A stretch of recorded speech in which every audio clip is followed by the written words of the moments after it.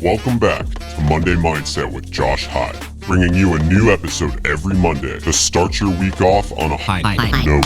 What's up, everyone? Happy Monday. As we're starting our week here, I really want to dive into a story which honestly I had learned probably the most important life lesson, or if not the most important, one of the most important life lessons that I've had to go through, just in my experience. And really what this all boils down to is I'm going to take you guys all the way back to the college football playing days. But before we go there, I really want to hone in on being an entrepreneur, being in business, even just in the professional life in general, if you're not an entrepreneur.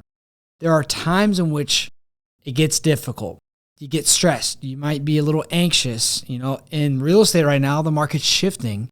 And a lot of people are having to make tough decisions on, hey, do I give this up or do I keep going? And that's where I want to go back to my college football playing days, because this is where I learned a really tough lesson that really helped me in my entrepreneurial journey. Let's look at my first year. So going in, I was a preferred walk-on. And if you don't know what that means I didn't have a scholarship. I pretty much just walked on the team. I joined the team without having to go through any tryouts. Now, the problem with that is when you join as a walk-on, you might get one opportunity in a training camp to even earn a chance to play, right? And if you don't take advantage of that opportunity, then you're going to be riding the bench for that entire season. And so, fast forward, we get into training camp. I was going to be redshirted, so I didn't really get much of an opportunity. So I was redshirted, and I did so well as a scout team player that the coaches had actually, they thought about, someone got hurt in our bowl game. We played in the Idaho Potato Bowl in Boise, Idaho back in 2012, December of 2012. Since someone got hurt, they turned to me and said, hey, we might have you go in the game, and if we do, it'll burn your red shirt. And I was like, hey, I'm in. Let's go. I'm all for it. I don't care. I just wanted that playing time. Well, they decided not to put me in the game, and fast forward to as we were rolling into the offseason that same year, going into the next season, the special teams coach at that time sat me down and said, hey, listen, if we were to start the season tomorrow, you would be playing on all special teams. So things were going great. Right, I was right on track. I was right where I wanted to be. My first year of eligibility, I was going to be playing on special teams. And as a walk-on, that's a big deal.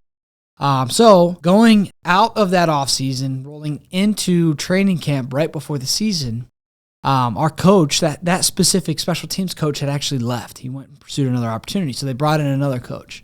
And so I had to prove myself all over again. And unfortunately, I got my one shot. I didn't take advantage of it. And that entire season, I didn't even travel with the team. I didn't go to away games. I stayed back. I continued to play on scout team. And I'll be honest with you, it put me in a really, really low place. I was blaming the coaches, for not giving me a chance. I was complaining about the situation. I was defending myself and saying, hey, it's not my fault. I'm not playing. It's because of X, Y, and Z. And it got so bad to a point where I was willing to give up. So at the time, my dream was playing Division I college football. And it got so bad to the point where I was going to just quit and go to another school, a much smaller school, so that I'd have an opportunity to play. And I had a meeting scheduled with the head coach, lined out, ready to go during an away game because I didn't travel. I had the time that weekend to go down and visit the school and visit the head coach. And I had really done a lot of praying at this point in time because it was so hard on me. I felt like a failure. I felt like I just wasn't, I felt like I wasn't good enough, honestly. And I did a lot of praying. And really one day I woke up, something just like smacked me. And it was so clear to me that I was supposed to be at Toledo. I wasn't supposed to go to any other school. It was such an easy decision for me to go to Toledo because I had a full ride academic scholarship, regardless of if I was on a football scholarship or not. I already had school paid for. I had most of my living expenses paid for because of the academics. And so I recognized at that point in time that God wants me to be here, so I'm going to make that happen.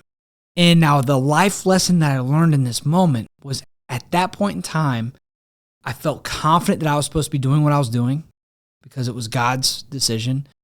And not only that, but I was no longer going to blame everyone else. I was no longer going to complain about the situation. I was no longer going to defend myself. Instead, I was going to take an extreme ownership approach, meaning in every workout that I do, I'm going to go 110%.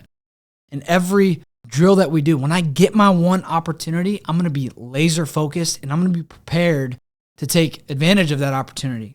Every single film study, I'm going to know the playbook inside and out better than anyone and everyone on the team. Like that, these are my goals. I was not going to let there be any excuse for me not getting playing time that next season.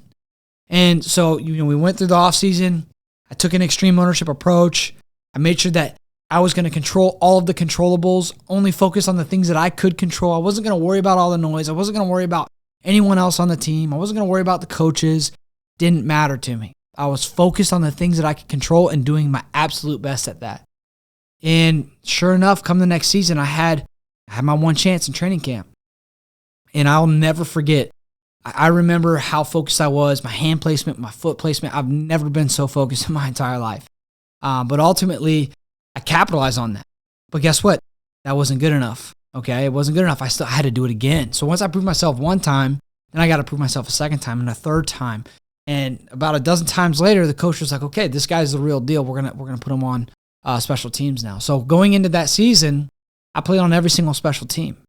So this was a huge accomplishment for me. And really, what I want to tie this back to is I was this close to quitting, this close to giving up on my dreams. Just like at times in my entrepreneurial life, I was this close to quitting. It took us 6 months to get our first deal. And we were this close to quitting. Literally, Tiff and I had a conversation. Hey, if we don't get a deal in the next 2 weeks, we can't continue to pour money into our advertising because we just don't have the budget for it. And sure enough, we kept pushing through.